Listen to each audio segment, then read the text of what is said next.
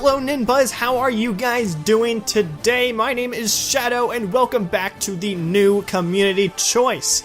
Last week we asked you guys what your favorite class was from Fire Emblem. So without further ado, let's just go ahead and jump right into those top 5 results. Coming in at number 5 with only 5% of the votes, how ironic is that? We have the Swordmaster. Swordmasters are a really cool class. Of course, with the name, they wield a sword. I know, it really throws you through a loop, but just stay with me here. Swordmasters have one of the best critical hit rates in the entirety of the series. They're pretty average in strength and defense and all the other stats besides speed, which they're really high on as well. But critical hit is just phenomenal. If you need someone to get a critical hit really fast or just do a lot of damage, you might as well throw a Swordmaster into the mix. While they are, like I said, pretty average everywhere else, if you need a heavy hitter just for 1 or 2 attacks, you might as well throw one of these guys in there. Now coming in with number 4 at 9% of the votes, one of the hardest names for me to say, I always say it wrong, so I am just sorry in advance, is the Myrmidon? I hope I said that right, I'm not sure if I did. Myrmidons, a lot like Swordmasters, have a really high critical hit rate, but they also have a little bit of a higher attack power than Swordmasters, but they also have lower defense, so they really are more of a glass cannon class than the Swordmaster is. Although I will say the Myrmidon is awesome from personal experience. These guys make it super easy to sweep a battlefield, but if an enemy does manage to attack them, you put them in a big risk of being killed or just barely hanging on the edge. Now talking about being killed, let's talk about a class that you don't want to be killed. Coming in at 10% of the votes, we have the Lord class. Now the Lord class is usually your main character throughout the Fire Emblem series. The storylines will differ from game to game, but focusing more on the class itself, there's not really a generalization on defense and offense and how good a Lord is because they all differ from game to game. But the basic of what a Lord is, if a Lord gets killed in the battlefield, it's an automatic game over as they are the main character, and you don't really have a game without the main character. So usually in the earlier levels of the games, you're kind of sitting them on the side or protecting them a whole lot more until they get leveled up a bit to where they become a formidable foe, and that way they actually serve a purpose when you have to use them in every single battle. That's really all I have to say about Lords. I'm not going to go into specifics on each individual trait of a Lord because there's a lot of them, and it would take up a whole lot of time that I do not have today. So moving on to number 2, with 16% of the votes, we have the Mage class. Mages are where you get your main source of magic.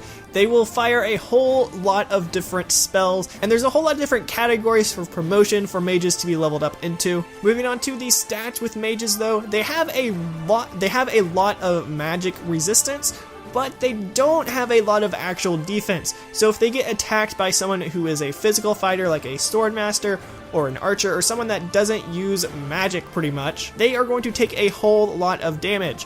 Now what they are really good at though is that you don't have to be exactly 1 square away from an enemy to be able to attack them. If you're trying to kill, let's say, an assassin, you can be 2 squares away and use a magic spell on them, and they can't attack you because you are too far away from them. So that's really useful if you're on the other side of a wall, or if you just don't want to get close and personal with them, and you can put a different unit in front of you so they don't attack the mages. It is pretty important to have mages, but they are pretty easy to kill by pretty much every class in the game, but they are very, very, very useful, and if you know what you're doing in the game, and you know how to properly manage your party, mages can do a whole lot of damage and kill the enemy army very quickly. Now then, the moment we've all been waiting for, coming in at number 1.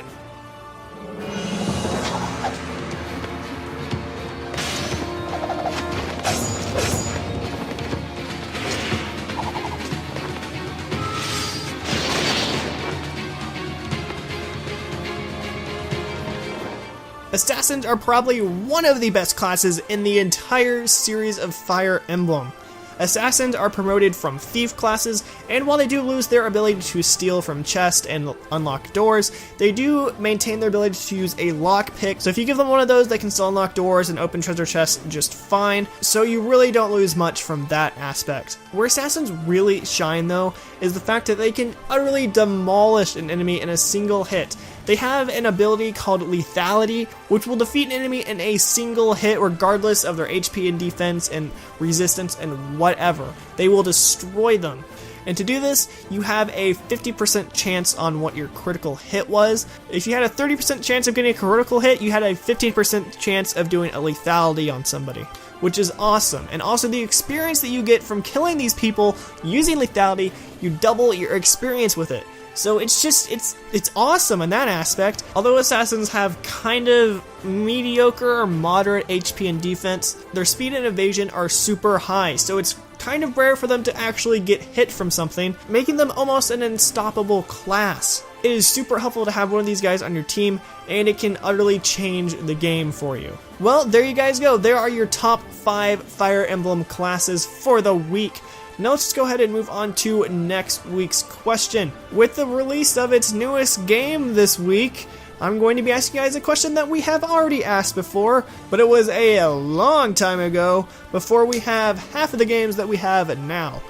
So without further ado, my question for this week is, what is your favorite Animal Crossing game? With the addition of New Leaf and Happy Home Designer and Animal Crossing Amiibo Festival, there are a whole lot of new Animal Crossing games for you to choose from, so make sure to leave your favorite game in the comments below so I can look over them and then put a video together of which one were the top 5. So guys, thank you so much for watching. Make sure to subscribe if you have not already, and give this video a like because it really helps out and shows your support for me and everything I do. And if you really want to support me, go check out my stuff because I do awesome things over there. Alright guys, until next week, make sure you stay beautiful and have an amazing week.